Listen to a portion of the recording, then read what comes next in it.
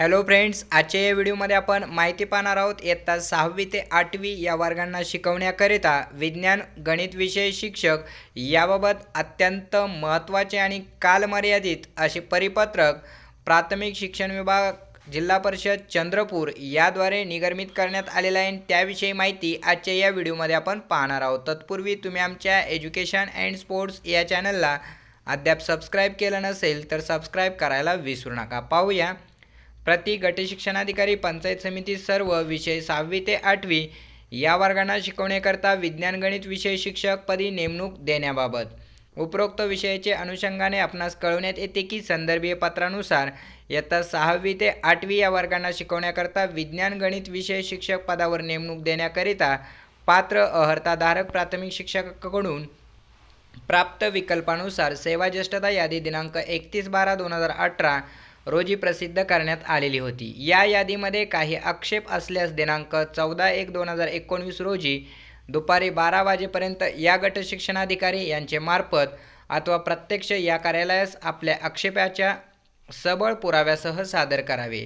या वेळेपर्यंत प्राप्त आक्षेपाची दखल घेण्यात येऊन सेवाज्येष्ठता यादी सुधारित करण्यात येईल। या यादीनुसार दिनांक 14/1/2019 रोजी saint Michael high school Ramnagar Chandrapur येथे ठीक 2:30 वाजता विज्ञान गणित विषय शिक्षक नेमणूक प्रक्रिया सुरू करण्यात येईल।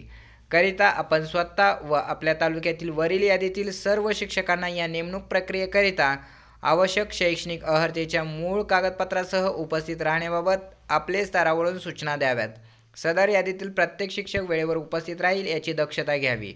सहपत्र विज्ञान शिक्षकाची सेवाज्येष्ठता यादी असं परिपत्रक शिक्षणाधिकारी प्राथमिक जिल्हा परिषद चंद्रपूर याद्वारे निर्गमित करण्यात आलेलं आहे। या परिपत्रकावरून आपल्या लक्षात येतं की इयत्ता 6वी ते 8वी या विज्ञान व गणित विषयाची जी काही पदं आहेत, रिक्त पदं, आणि या रिक्त पदावरती पदोन्नतीने ही पदं भरली जाणार आहेत। मग आता पदोन्नतीने ही पदं भरली गेली तर पवित्र पोर्टलमार्फत 6वी ते 8वीची पदं भरणार का, आणि ती भरली गेली तर किती भरणार, हा प्रश्न अनुत्तरितच आहे।